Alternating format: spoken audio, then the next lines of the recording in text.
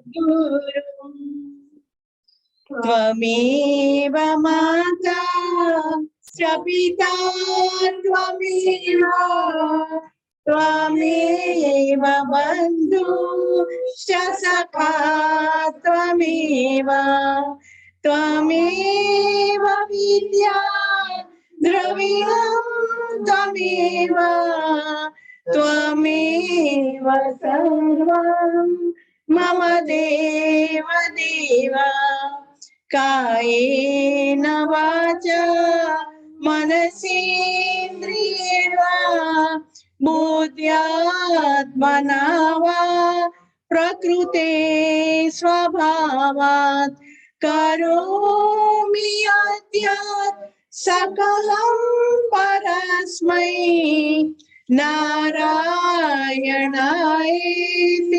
समर्पयामि। सच्चिदानंद भगवान की जय। अथ ध्यानम् शान्ताकारं भुजगशयनं पद्मनाभं सुरेशं विश्वाधारं गगनसदृशं मेघवर्णं शुभांगं लक्ष्मीकान्तं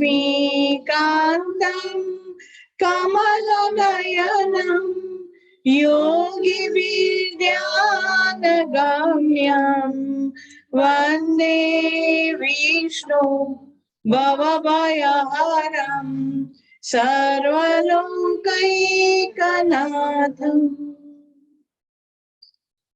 श्री कृष्ण परमात्मा के श्री चरणों में प्रणाम। सतगुरुदेव श्री स्वामी शिवानंद जी महाराज, सतगुरुदेव श्री साईनाथ महाराज के श्री चरणों में प्रणाम और आप सबके हृदय में उपस्थित कृष्ण परमात्मा को प्रणाम।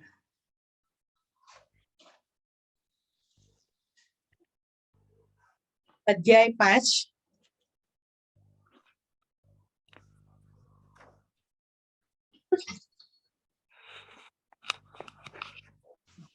कौन से श्लोक पर थे?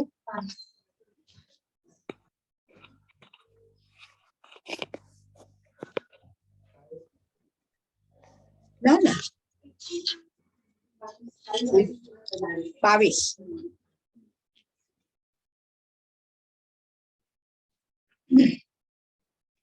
बहुत इंपॉर्टेंट श्लोक है ये, बहुत ही।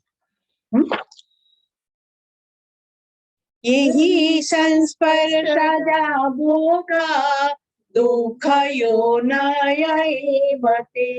आद्यन्तवन्त कौन्तेय न तेषु रमते बुधम्। જે આ ઇન્દ્રિય અને વિષયોના સંયોગથી ઉત્પન્ન થતા સર્વ ભોગો છે તે બધા જો કે વિષય માણસોને તો સુખ સ્વરૂપ જ ભાસે છે, પણ નિઃશંકપણે દુઃખના જ હેતુ છે. વળી આદિ અંતવાળા એટલે કે અનિત્ય છે.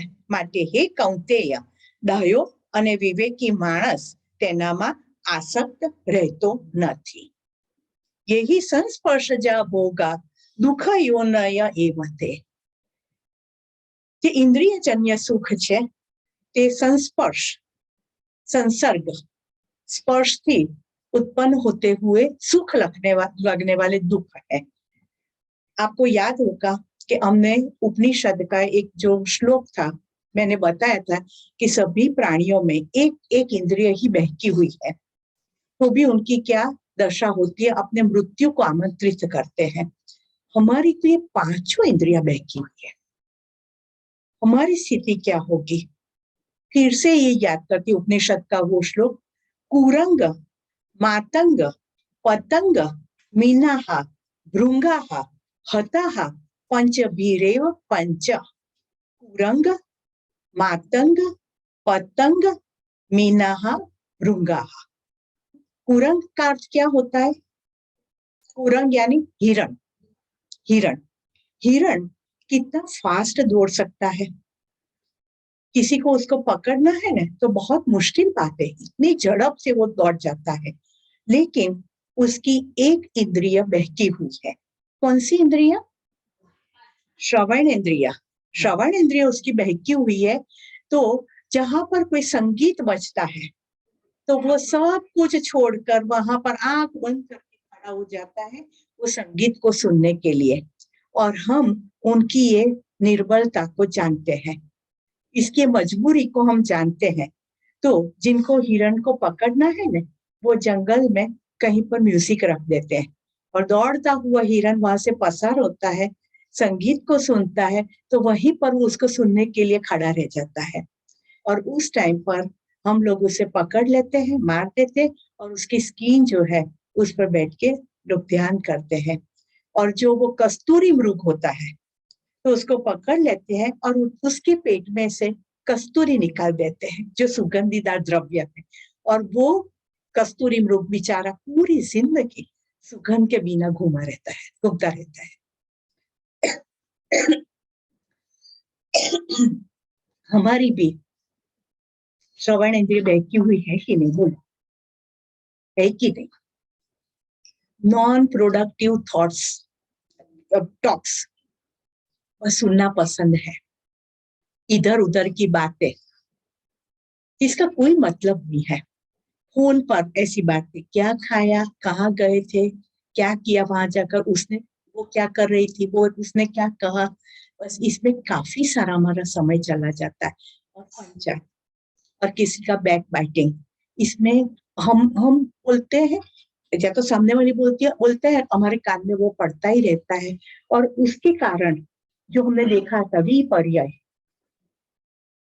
कई बार जो नहीं, वास्तव में ऐसा ज्ञान हमारे अंदर आ जाता है और फिर उसी के अंदर हम रहते हैं। तो ये जो हमारी भी श्रवण इंद्रिय बहकी हुई है, परमात्मा ने हमें श्रवण इंद्रिय दी है। क्यों दी है?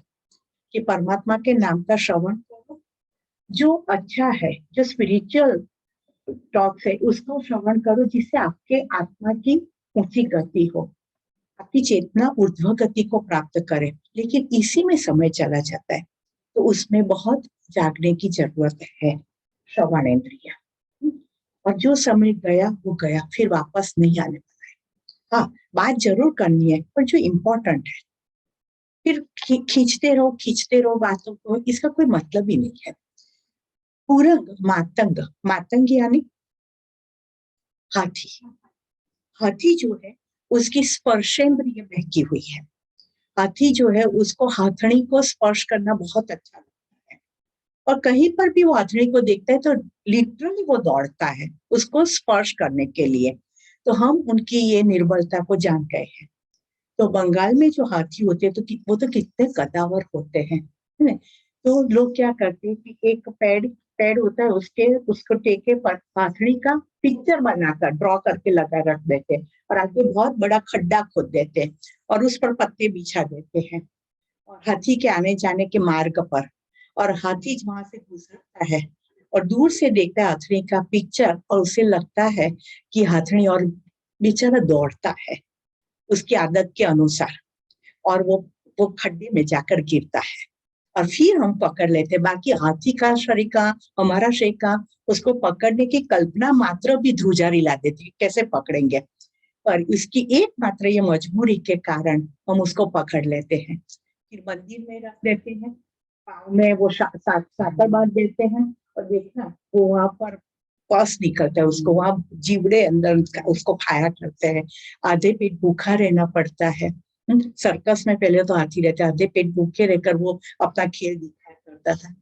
जो जंगल में मस्ती से घूमता हुआ अपनी एक मजबूरी के कारण वो कहाँ का कहाँ की जिंदगी उसकी खत्म हो गई। उसमें हमारी भी स्पर्शेंद्रिय बहकी हुई है। जो अष्टांग योग मैंने बताया था संसार का, याद है ना वो आपको? तो इसकी वजह से बस स्पर्श करने की इच्छा में कितने भी एक्स्ट्रा मैरिटल अफेयर्स होते रहते हैं। क्या स्पर्श की इच्छा, आप उसको जाकर को उसके शादी करनी है ना पड़ेगा, शादी नहीं करे, बस एक स्पर्श, टाइमिंग, क्षुल्लक सुख के लिए, फिर तू कहा और मैं कहा, इस तरह से लोग दौड़ते रहते, अंत में अपना सुखी जीवन होता है गृहस्थ जीवन, उसको बर्बाद करके रख देते हैं। कल ही मैंने एक बस मस्त शायरी जैसे कवि ने लिखा हुआ है कि हे जिंदगी, हे जिंदगी મને ખબર નહોતી કે તું ગણિત છે. એ જિંદગી મને ખબર નહોતી કે તું ગણિત છે. એક પદ ખોટું એમાં આખો દાખલો ખોટો. ऐसी स्थिति हो जाती है. कितने सुखी फैमिली को भी इस तरह से बर्बाद होते हुए मैं देख चुकी हूँ. क्या एक स्पर्श मैंने आपको कहा था, वो उसके बॉस को कहा मैं तुम्हें मीटू में भरा दूंगी और हस्बैंड को कहा कि मैं सुसाइड करके तुम्हें जेल में डाल दूंगी. दोनों से क्या मतलब है इस तरह से जीने का? खाली स्पर्श के लिए और कुछ नहीं. तीसरा, उरंग मातंग पतंग. पतंग यानी आज्ञो. पतंग आज्ञो जो रात को होता चमकता है, वो लाइट के ऊपर जाता है और उसको अपना ही रूप देखने का बहुत शौक होता है. उसकी चक्षु इंद्रिय बहकी हुई है, रूपेंद्रिय. तो अपने रूप को देखने के लिए वो बार बार दिए की ज्योत के ऊपर जाता है कि क्यों सरस देखा, क्यों सरस देखा. अंत में वो ज्योत में ही वो भस्मीभूत हो जाता है. हमारी भी चक्षु इंद्रिय बहकी हुई है कि नहीं? टाप टीप करके मेकअप करके निकलती है लड़कियां, कपड़े ऐसे पहने हैं और लोग लट्टू होते जाते हैं और फिर शादी कर लेते. जिंदगी भर के लिए बचता, खाली रूप देखकर पीछे पड़ गए और फिर अंदर से देखा तो अंदर को कोई तत्व जैसा है ही नहीं. प्रेम जिसे कहे, आनंद जिसे कहे, इससे तो कोई तत्व है ही नहीं. इस तरह से भी कई लड़कों की जिंदगी को हमने खत्म होते हुए देखा है कि रूप के पीछे पागल बन गए. और वो मेकअप, पहले तो कहते थे नहीं कि कोई भी लड़की पसंद करिए अपने बेटे के लिए लड़की, तो सुबह में उठकर पहले उनके घर चले जाओ. नींद से उठी है तब कैसी दिखती है, वो उसका सही रूप है. नींद से उठकर लड़की आती है और वो उसका रूप जो है वो उसका सही रूप है. फिर वो मेकअप वेकअप करे वो बात तो अलग ही है. तो ये जो हमारी चक्षु इंद्रिय भी बहकी हुई इस तरह के पिक्चर, नाटक, चेटक, टीवी के बस जो आती है एपिसोड्स, वो देखने में हमारी जिंदगी चली जाती है और इसकी वजह से फिर दुखी होते हैं. वो पकड़ लेते हैं और फिर उसके अनुसार हम व्यवहार भी करते रहते हैं. तो चक्षु इंद्रिय पतंग. उरंग मातंग पतंग मीनाहा यानी फिश, मछली. मछली की रसेंद्रिय बहकी हुई है ना. उसको खाने का बहुत शौक है, इसीलिए हम जहाँ पर मछलियां होती है वहाँ खाना डालते हैं, है ना. फिर वो खाने के लिए आती है तो हम बहुत खुश होते हैं, बच्चों को भी दिखाते हैं. पर जिन लोगों को मछली का शिकार करना है तो वो लोग क्या करते हैं कि जो वो कांटा होता है उसके पर खाना लगा देते हैं, आटा बांध देते हैं, कुछ भी जो मछली को पसंद होता है और वो अंदर डालते हैं और मछली बेचारी खाने के लिए आती है और कूदती है और सीधा कांटे में भर जाती है और उसकी मृत्यु हो जाती है, एकमात्र रसेंद्रिय की वजह से, है ना. हमारी भी रसेंद्रिय बहकी हुई है. और मैंने कहा था आपको कि हमारी रसेंद्रिय जो है उसको बोन्स नहीं है, हड्डी नहीं है, फिर भी कितने की हड्डियों तुड़वाती होगी, क्योंकि बोलने का भी ख्याल नहीं है और खाने का भी ख्याल नहीं है. क्या बोलना, कब नहीं बोलना, कहाँ चुप रहना है, वो जानते नहीं. जहाँ नहीं बोलना होता है क्या इतना बोल लेते हैं कि पूरा वातावरण बिगड़ जाता है, संबंध बिगड़ जाते हैं. और जहाँ बोलना होता है कि चलो क्लैरिटी लाओ, ट्रांसपेरेंसी लाओ, तब नहीं बोलते हैं, तब चुप हो जाए, तब बात बिगड़ती है फिर से. तो दोनों जगह तो हमारी ये जो जीवा है उसको मालूम नहीं पड़ता कि कब मुझे बोलकर वातावरण को में ट्रांसपेरेंसी लानी है और कब नहीं बोलकर मुझे वातावरण को शांत रखता है. उल्टा हो जाता है, इससे ही प्रॉब्लम्स बहुत बढ़ते हैं. और दूसरा, खाने का ख्याल नहीं रहता है, जो आया वो खाते जाओ, जो आया खाते जाओ, क्योंकि उसको तो टेस्ट चाहिए और फिर तबीयत बिगड़ती है. कोई भी रोग पेट से ही पहले शुरू जल्दी होता है. तो मीनाहा और भृंगाहा. भृंगा એટલે भमरो, जो भमरा होता है उसकी गंधेंद्रिय बहकी हुई है. तो उसको जो कमल का फूल होता है उसमें जो स्मेल आती है ना, वो उसको लेने का बहुत शौक होता है. तो बार बार जाकर वो कमल में बैठता है, खुशबू लेकर फिर उड़ जाता है. फिर मन हुआ राग, अटैचमेंट, थोड़ी देर फिर मैं जाऊं, फिर जाता है, फिर उड़ता, फिर जाऊं, उड़ता है. इस तरह से बार बार कमल में जाता है. शाम होने को आई है, भंवरे को मालूम है कि शाम होती है तो कमल बंद हो जाता है और फिर बाहर निकलना मुश्किल हो जाता है. फिर भी अपना जो राग है, अटैचमेंट है, वो छोड़ नहीं सकता. एक बार, अभी थोड़ी देर है बंद होने में, एक बार करके अंदर जाता है और एकदम से कमल बंद हो जाता है. और वो अंदर ही रह जाता है। और फिर भी देखो तो सही, राग कहाँ तक है कि अंदर रह जाता है। और तब तब भी उसको लगता है कि कोई बात नहीं, एक रात का ही प्रश्न है ना, कल सुबह होगी फिर कमल खुल जाएगा और बंदा उड़ जाएगा। उसी आशा के साथ अंदर बैठा रहता है। और रात को गजराज की सवारी आती है और मूल में से कमल के छोर को निकाल कर ऐसे फेंक देता है, और उसी के अंदर बंद के बंद वो अंदर ही मर जाता है। अब वो भमरे में ऐसी ताकत है कि एक बड़ा सा लकड़ा होता है ना, तो उसको उसमें होल पाट पाट पाट कर वो आर पार निकल सकता है, इतनी उसके अंदर ताकत है। लेकिन कमल की कोमल कोमल पंखुड़ियों को वो चीर कर बाहर नहीं निकल सकता, क्योंकि वहां राग है और उसी में वो मर जाता है। तो ये 5 प्राणी जो है उनकी तो एक ज इंद्रिय बहकी हुई है, हमारी तो 5 इंद्रिय बहकी हुई है, तो हमारी स्थिति क्या होती होगी। इसीलिए कह यही संस्पर्श जा होगा दुख यो नवा एवते, जो बाहर से सुख दिखने वाले जो है इंद्रिय सुख, वो भी अंत में तो दुख ही लाते हैं। क्योंकि जो वस्तु मिली तो राग, नहीं मिली तो द्वेष, तो अंत में तो वो दुख ही लाने वाले हैं, है ना। तो कहते हैं कि जो इंद्रिय जन्य सुख है, विषय जन्य जो सुख है, वो भोग विषय मनुष्य को तो सुख स्वरूप भासते हैं, लेकिन अंत में तो वो दुखदायक ही है, अनित्य ही है, उसको आदि भी है अंत भी है। जैसे हमने बात की थी, पिक्चर देखा बहुत मजा आया, लेकिन बाहर निकलने के बाद तुरंत अब का दूसरा पिक्चर देखने अंत आ गया उसका, शुरू भी हुआ आनंद और अंत भी आ गए। जबकि जो आध्यात्मिक ज्ञान है उसमें अंत जैसा नहीं होता है, आगे ही बढ़ते जाना है, आगे ही बढ़ते जाना। इसीलिए कहते हैं कौंतेय डायो અને વિવેકી માણસ એમાં આસક્ત રહેતો નથી। हाँ, तेन त्यक्तेन भुंजिताः, सब आनंद लेना ही है। आपके पास जो जो सुख और सुविधा उपलब्ध है वो लेना तो है, लेकिन तेन त्यक्तेन भुंजिताः, त्यागी में भूख भी जानो। तो आगे श्री कृष्ण परमात्मा क्या कहते हैं, शक्नोति हैव सोढुं प्राक् शरीर विमोक्षणात् काम क्रोधोद्भवं वेगं सयुक्त सुखी नर। જે સાધક આ મનુષ્ય શરીરમાં દેહનો નાશ થયા પહેલા જ કામ ક્રોધમાંથી ઉદ્ભવતા વેગને સેવા સમર્થ બની જાય છે, તે જ માણસ યોगी અને એ જ સુખી છે। क्योंकि भगवान ने इंद्रिय तो दी है, तो इंद्रिय जन्य सुख प्राप्त करने की इच्छा रहती है। तो जैसे हमने बात की कि जो सुख मिला तो उसको बार बार भुगतने की इच्छा होती है, एक बार से कोई संतोष नहीं हुआ। ढोसो खाओ तो मजा आई, पाछो ढोसो खाइए, पाछो ढोसो खाइए, पाछो ढोसो खाइए, है ने। तो किसी व्यक्ति से मिले आनंद आए, फरी ए व्यक्तिने મળીએ, फरी ए व्यक्तिने મળીએ, बस ये राग थया ज करे।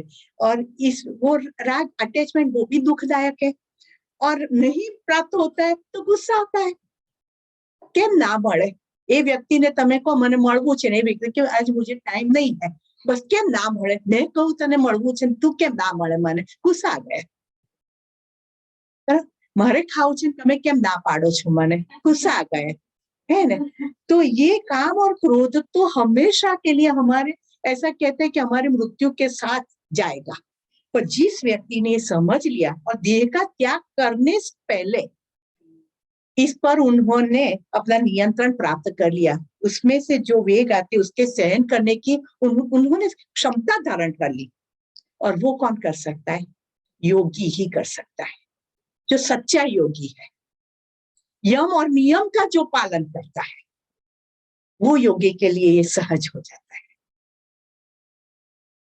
क्योंकि यम नियम का जो पालन करते हैं तो अपने आप अहिंसा, सत्य, अस्तेय, ब्रह्मचर्य, अपरिग्रह, शौच, संतोष, तप, स्वाध्याय, ईश्वर प्राणिधान બધું આવી ગયું આમાં। तो वो मानस योगी है, और जो योगी है वो ही सुखी है। बराबर।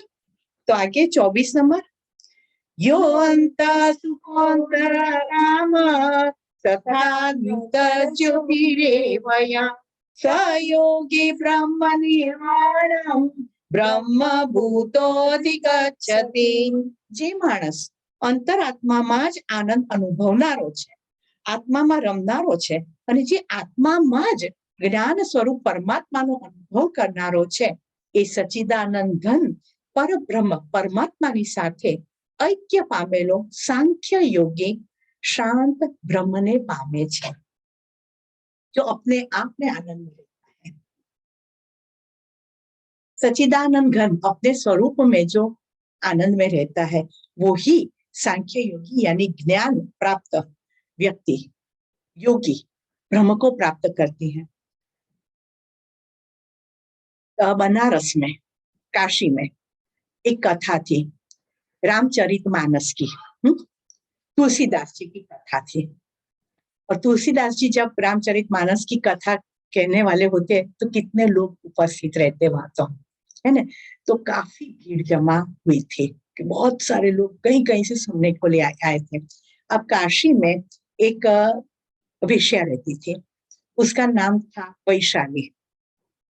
तो उसके रूप की इतनी चर्चा थी कि दूर दूर से लोग उसके पास आते थे उसके साथ रमण करने के लिए।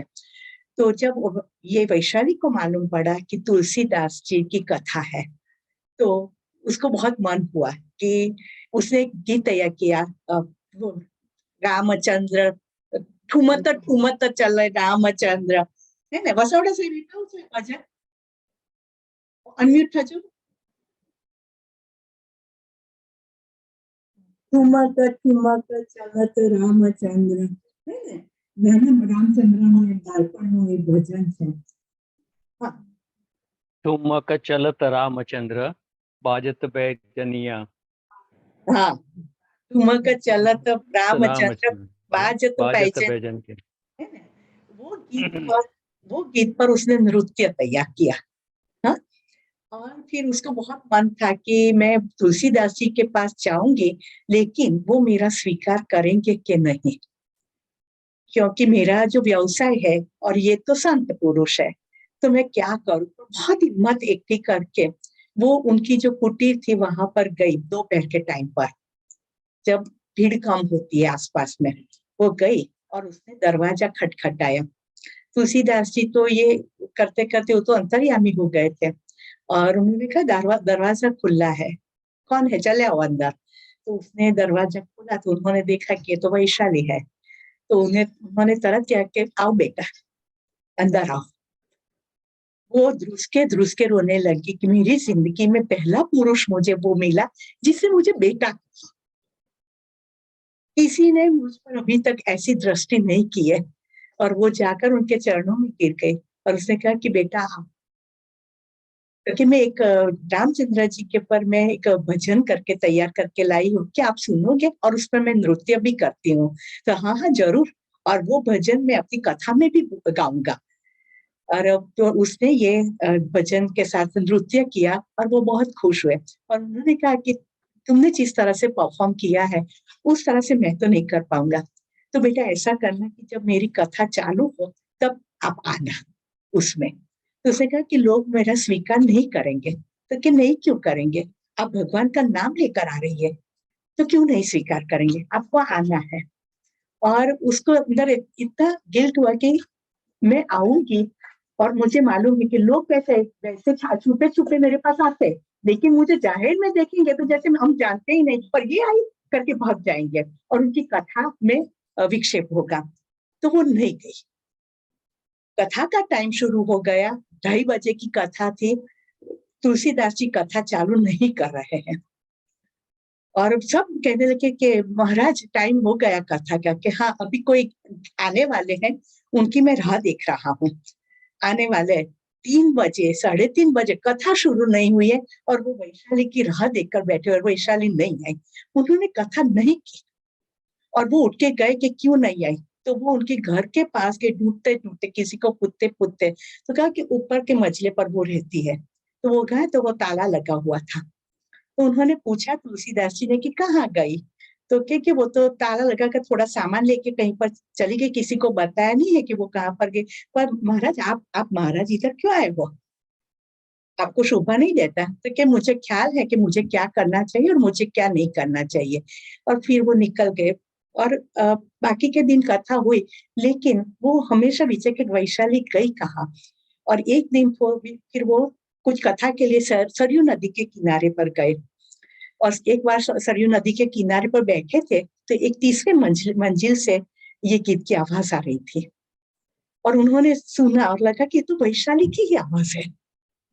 तो वो धीरे धीरे करके पगथिया के उसको डिस्टर्ब ना हो, तो पगथिया चढ़ चढ़ के वो लास्ट पगथिया, तो वहां पर जाकर पगथिया पर ही बैठ गए सुनते सुनते। और जब वो भजन पूरा हुआ तो वैशाली एकदम देखा कि अरे आप आए हैं, तो क्या हाँ बेटी मैं आई हूँ, चल तो मुझे तेरा हाथ का खाना खाना है। तो भी वो बहुत रोई कि मैं इधर आपको छोड़ के मैं इधर आकर कितने सालों से बसी हुई हूँ, मैं यहाँ जो भी लोग आते हैं उसको खाना खिलाना चाहती हूँ, पर एक व्यक्ति मेरे हाथ का खाना खाने के लिए तैयार नहीं है। आप पहली व्यक्ति है कि जिसने मुझे सामने से कहा कि मुझे खाना खाना है। और फिर उन्होंने खाना बनाया, उसके लिए खाना खिलाया। और फिर जब दोनों की मृत्यु हुई तब दोनों की जो समाधि साथ साथ में बनाई गई, वैशाली की और तुलसीदास जी की सरयू नदी के किनारे पर। ये स्त्री भी इतनी महान हो गई क्योंकि व्यवसाय से वो उस काम करती थी, लेकिन अंदर का उसका जो हृदय था वो परमात्मामय था, हमेशा परमात्मा के नाम में ही लगी रहती थी। और उसने तुलसीदास जी को कहा कि जिस दिन से मैंने ठुमक ठुमक गाया तब से मैंने मेरा व्यवसाय छोड़ दिया है और मैं राम नाम में ही लीन बन गई हूँ, और इसीलिए उसकी समाधि बनी। तो यहाँ पर परमात्मा कहते हैं कि जो व्यक्ति अंतरात्मा में ही आनंद का अनुभव करता है, आत्मा में ही आत्मा को के साथ खेलता रहता है, वो सच्चिदानंद पर ब्रह्म परमात्मा के साथ जिन्होंने ऐक्य साध लिया है, वो व्यक्ति सांख्य योगी है और अंत में वो ब्रह्म को ही प्राप्त कर लेता है। आगे, लभन्ते ब्रह्म निर्वाण मृषय क्षीण कल्मषा छिन्न द्वैधायतात्मान सर्वभूत हिते रताः। सर्वभूत हिते रताः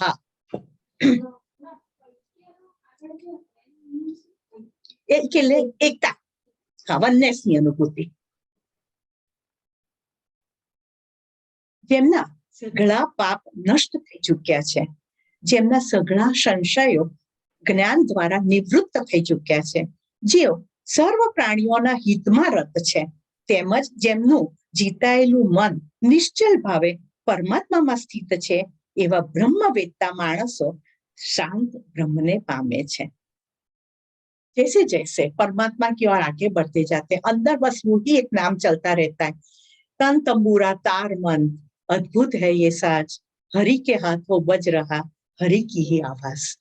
सब काम करते करते अंदर परमात्मा के नाम का ही सतत उच्चारण चलता रहता है। और मैंने कहा था पहले, ये नाम के साथ अगर आप हमें जोड़ना है ना तो एकदम से चालू नहीं हो जाएगा, पहले वैखरी वाणी में बोलना पड़ेगा। सपोज कि मैंने ओम नमः शिवाय का मंत्र पकड़ लिया, तो एकदम आप इच्छा करोगे कि अंदर चलना चाहिए तो वो ऐसे चालू नहीं होगा।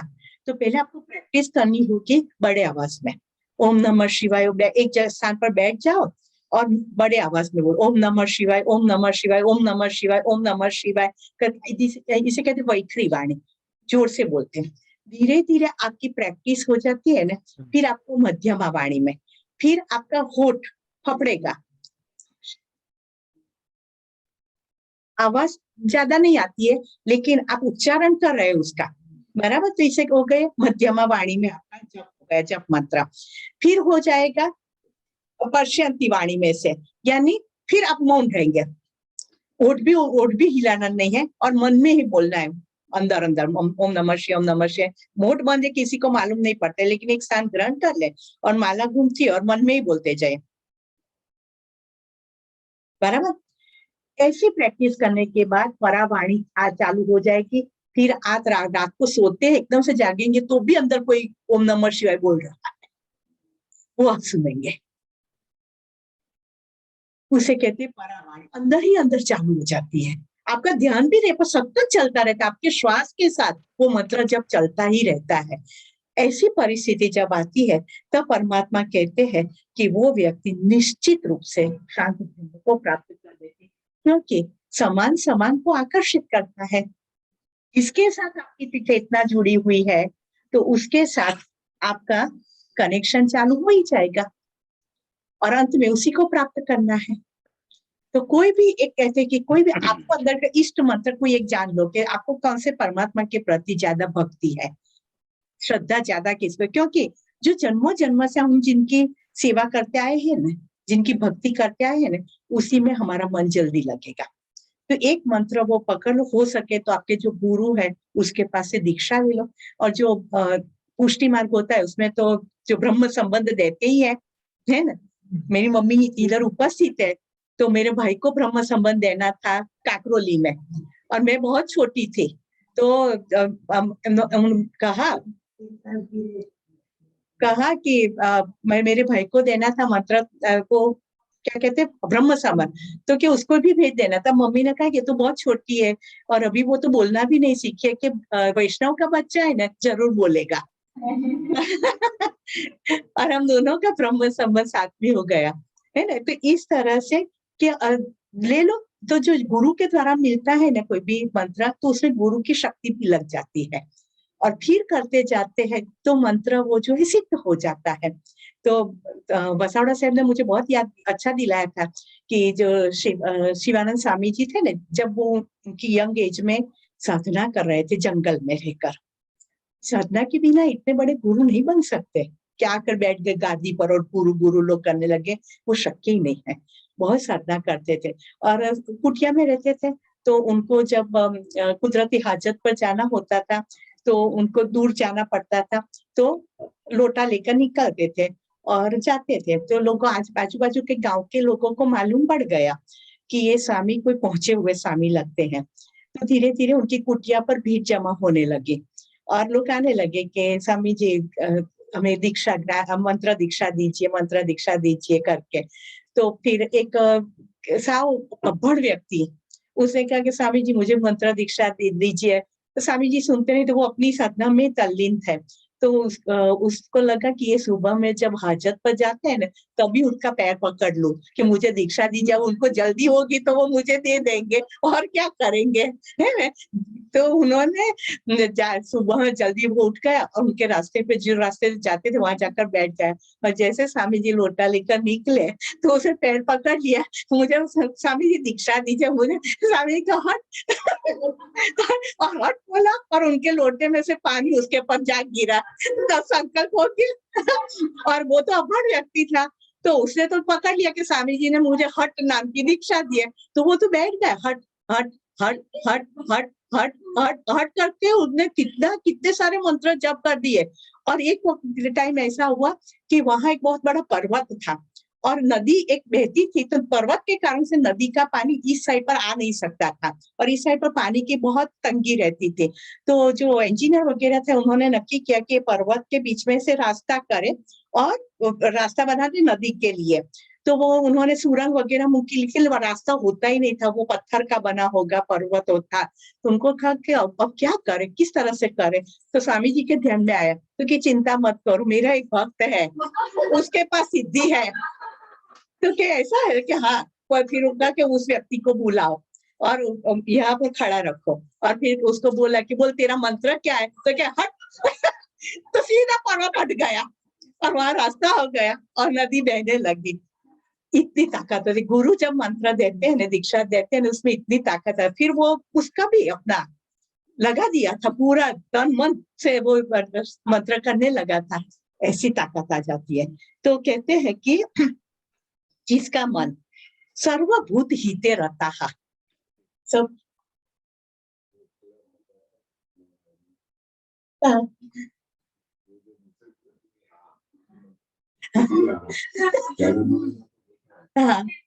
हाँ, निसर्ग का मंत्र है ये। हाँ, जब भी हमें हाँ पढ़वाना है ना तो निसर्ग को वहां खड़ा रहने निसर्ग करिस ना काम, ए हाँ हो जाएगा। એવરી મોર્નિંગ ઉઠું ને તો મારે હનુમાન ચાલીસા જ મનમાં બી એવું મને એ જ શબ્દો આવતા હોય. આજે ફર્સ્ટ ટાઈમ મનીષભાઈ બહુ ખુશ થશે. મેં વાંચ્યું બી નથી નિર્વાણ ષટકમ, મેં સાંભળ્યું બી નથી ફ્રાઈડે પછી સવારે બસ ખાલી એક જ સેન્ટેન્સ શિવાનંદ રૂપ એ જ નોન સ્ટોપ ચાલતું શિવોહમ શિવમ એ જ ચાલ્યા કરે મારા મનમાં. મેં કીધું હતું કે એમનો મેસેજ વિચાર્યું હતું કે એમને મેસેજ કરીશ કે તમે જે બોલો છો ને એ બહુ ઇફેક્ટ કરે છે, થોડી રહીને કરશે પણ કરે તો છે જ અસર. છે તને દુઃખ ના થાય ને કશું ભોગવી ના થાય? ના આ જેન્યુઅન છે અને એમાં તમારું નામ આવે છે ને એટલે વધારે થાય છે.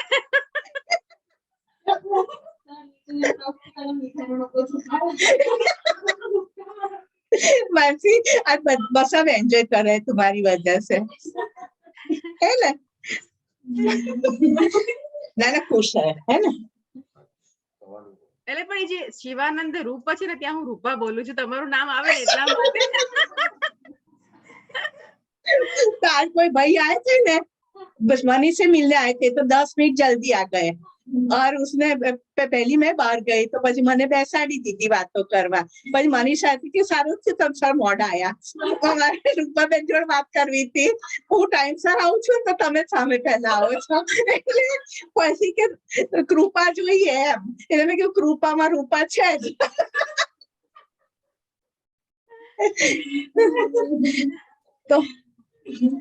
तो सर्वभूत हिते रता, जो सबका कल्याण इच्छता. सर्व એટલે બધા, ભૂત એટલે બધા માણસો, એટલે બધા બધા પ્રાણીઓ, અને ભૂત એટલે ભૂતડું નહીં, બધા આપણે બધા ભૂત. હિતે હિત જેનું હિત, અને રતા જેમાં રમણ રહે છે. सर्वभूत हिते रता है, सभी व्यक्तियों के प्रति उसको कल्याण की भावना है, वो व्यक्ति वो ब्रह्म को प्राप्त कर लेता है.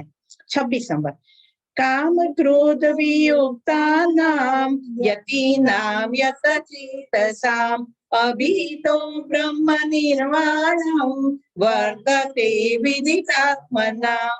काम क्रोध विनाना જીતેલા ચિત્તવાળા પરબ્રહ્મ પરમાત્માનો સાક્ષાત્કાર કરી ચૂકેલા જ્ઞાનીજનો માટે ચારે કોર શાંત પરબ્રહ્મ પરમાત્મા જ પરિપૂર્ણ છે. ઓમ પૂર્ણમદઃ પૂર્ણમિદં પૂર્ણાત પૂર્ણમુદચ્યતે પૂર્ણસ્ય પૂર્ણમાદાય પૂર્ણમેવાવશિષ્ય. આ પૂર્ણ છે, તે પૂર્ણ છે, પૂર્ણમાંથી પૂર્ણ કાઢી લો તો પણ અંતે બધું પૂર્ણ જ રહે છે. सब कुछ पूर्ण ही है.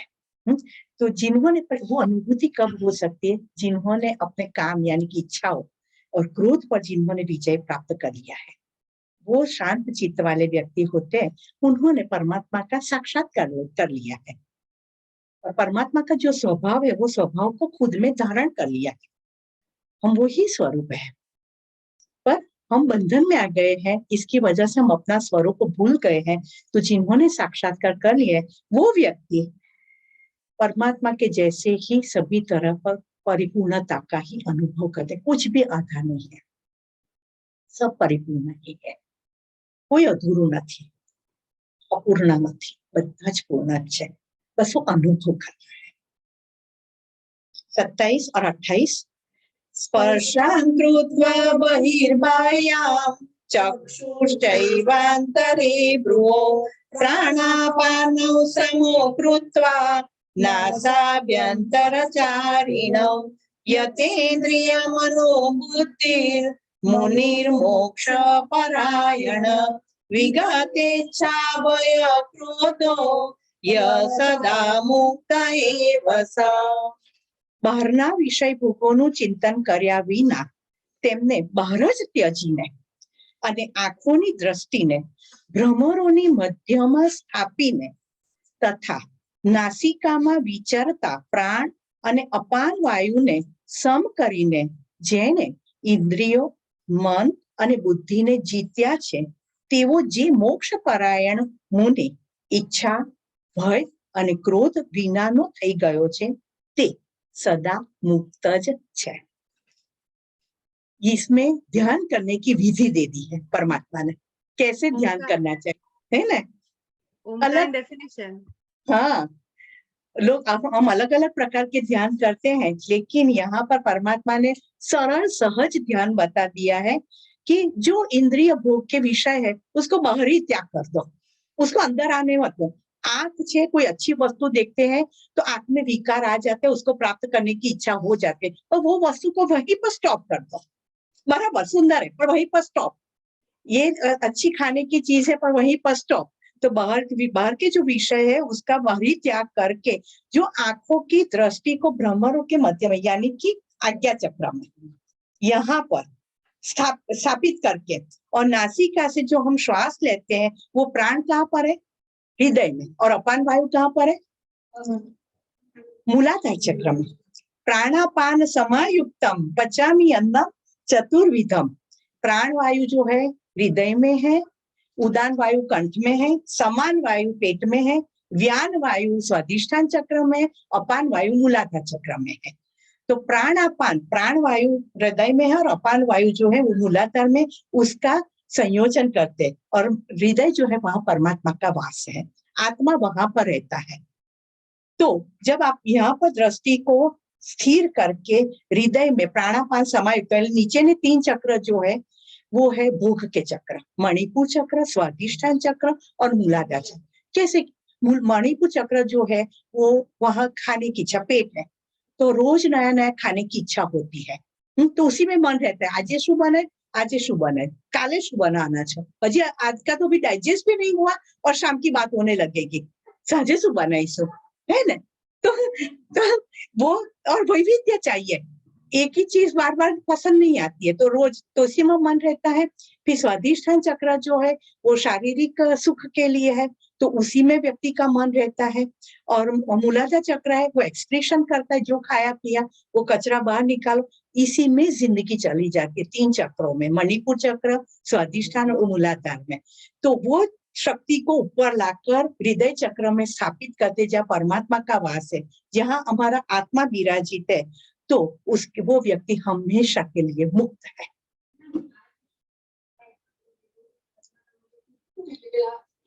हाँ हाँ, पूरी शक्ति को ऊर्ध्वीकरण, हाँ एग्जैक्टली बेटा, उसका उसके साथ कनेक्शन है।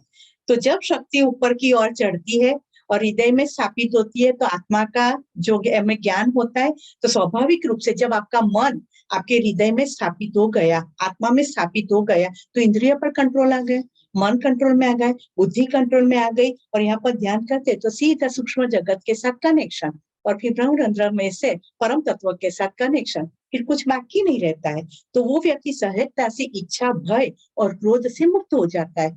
और जो इससे मुक्त हुआ, नरक के 3 द्वार है, काम, क्रोध और लोभ। काम, क्रोध और लोभ वही का है, तो इससे वो व्यक्ति हमेशा के लिए मुक्त ही है। तो उसकी अवस्था कैसी हो जाती है मालूम? जीवन मुक्त की स्थिति आ जाती है।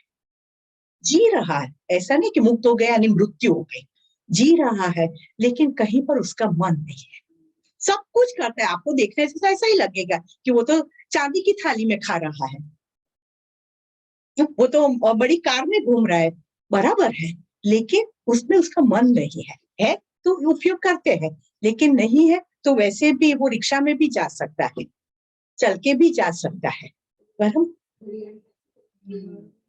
हाँ हाँ, वही स्वामी विवेकानंद जी की कथा, घड़ी को फेंक दी, लो गई। तो वो व्यक्ति जो हमेशा के लिए जीवन मुक्त की स्थिति में जीता है, उसके फिर कर्म करते, फिर भी कर्म में वो लिप्त नहीं होता है, कर्म बंधन से भी वो परे हो गया। और 29 नंबर का जो श्लोक है, भोक्तारं यज्ञ तपसां सर्वलोक महेश्वरम सुहृदं सर्वभूतानां ज्ञात्वा मां शांतिमृच्छति। મારો ભક્ત મને સર્વ યજ્ઞો અને તપોનો ભોગવનાર, સકળ લોકોના ઈશ્વરોનો ઈશ્વર તેમજ સઘળા પ્રાણીઓનો સુહૃદ એટલે કે સ્વાર્થ વિના દયાળુ અને પ્રેમ કરનાર એવો તત્વથી જાણીને શાંતિને પામે છે। मेरा भक्त जो इस प्रकार की जिंदगी जीता है कि मैं ही सर्व यज्ञ भी मैं हूँ, तप भी मैं हूँ, ऐसे अव्यभिचारिणी भक्ति परमात्मा कहते हैं ना, श्री कृष्ण परमात्मा कहते हैं, भगवद गीता में आएगा कि मारो भक्त मने अव्यभिचारिणी भक्ति करे तो हूँ एने प्राप्त थऊं छूं। अव्यभिचारी એટલે और किसी में मन नहीं, सिर्फ और सिर्फ मेरे अंदर ही मन रखते हैं, क्योंकि अंत में तो सब कुछ जाकर उसको ही मिलने वाला है। जिस जो भी देवों की पूजा करो, अंत में तो वो कृष्ण परमात्मा को ही जाने वाली है। तो जो सबने मेरे ही दर्शन करते हैं और सकल लोगों ने ईश्वर मैं हूँ और सभी समस्त जो प्राणी है इस जगत में उसमें भी मैं ही निवास करता हूँ, तो सबके प्रति जो प्रेम भाव रखता है,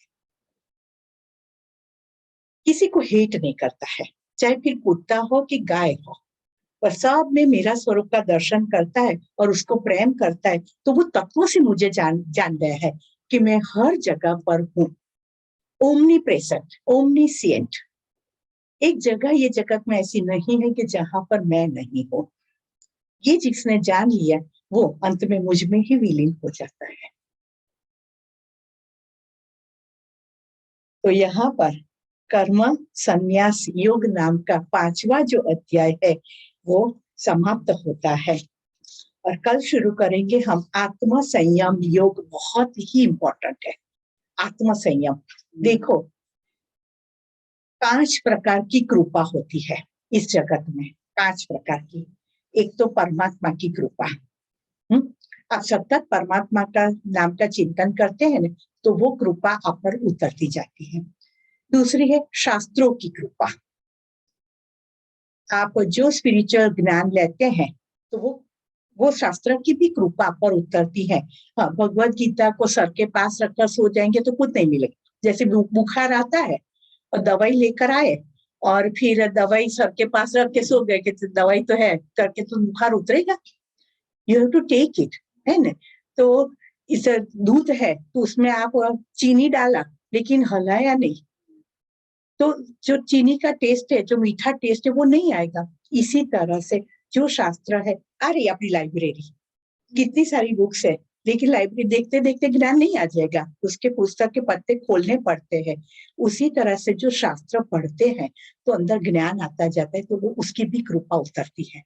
क्योंकि जो पढ़ा है ना हमने, तो वो बीज अंदर आरोपित हो गए हैं ना, तो कहीं पर वैसी स्थिति में हम आकर खड़े रहेंगे ना, तब वो याद आएगा शास्त्र क्या कहते हैं, मुझे क्या करना चाहिए, है ना। तो तुरंत हमारा मन बदल जाएगा, नहीं नहीं ये ठीक नहीं है, ये करना चाहिए मुझे करके। तो शास्त्रों की कृपा है। फिर बुजुर्गों की कृपा है, वડીलोની કૃપા હોય। આપણા માતા પિતા છે, વડીલો જેટલા છે આપણા, તમે આપણે પગે લાગી છે તરત માથા પર હાથ મૂકશે, જા બેટા કલ્યાણ થાય તારું, હે ને। અને એવા ઘણા બધા આપણા વડીલો છે કે જે લોકો આપણા માટે બહુ જ પ્રેમ છે, આશીર્વાદ આપવા તૈયાર છે, ખાલી આપણે ઝૂકવાની જરૂર છે तो आशीर्वाद उतरे छे। चौथे गुरु की कृपा, जो गुरु होते हैं उनकी कृपा उतरती है तो भी सब आसान हो जाता है। तो ईश्वर की कृपा, गुरु की कृपा, शास्त्रों की कृपा और वडीलों की कृपा, 4 कृपा तो मળી શકે। 5वीं एक कृपा है वो बहुत दुर्लभ है और वो है आत्म कृपा। બધા તૈયાર છે પણ હું પોતે તૈયાર છું? आपको सबने कह दिया कि चलो योग टीचर्स कर दो, घर में से सबने बोल दिया, आपको नॉलेज भी है, पर आपकी तैयारी थी तो आप इधर है। सबके कहने पर ना आ वखते तो फावे नहीं, पेला ने मळवा जवान छे, आम जवान छे, तो रही क्या होता है ना। आत्म कृपा सबसे इंपॉर्टेंट है और वो इसके बारे में यहाँ पर लिखा आत्म संयम योग। जब तक सेल्फ पर कंट्रोल नहीं होगा ना, तब तक कोई काम सिद्ध नहीं होगा, क्योंकि फिर नहीं तो मन विक्षित ही रहेगा, स्कैटर्ड ही रहेगा। तो कोई एक संकल्प पर आपका मन स्थिर नहीं हो पाएगा तो कुछ प्राप्ति नहीं है, जिंदगी ऐसी ही चली जाएगी, है ना। तो आत्म संयम योग हम कल से शुरू करेंगे, 6ठ अध्याय। श्री कृष्ण शरणं मम, श्री कृष्ण शरणं मम, श्री कृष्ण शरणं मम, श्री कृष्ण शरणं मम, श्री कृष्ण शरणं मम, श्री कृष्ण शरणं मम। जय श्री कृष्ण।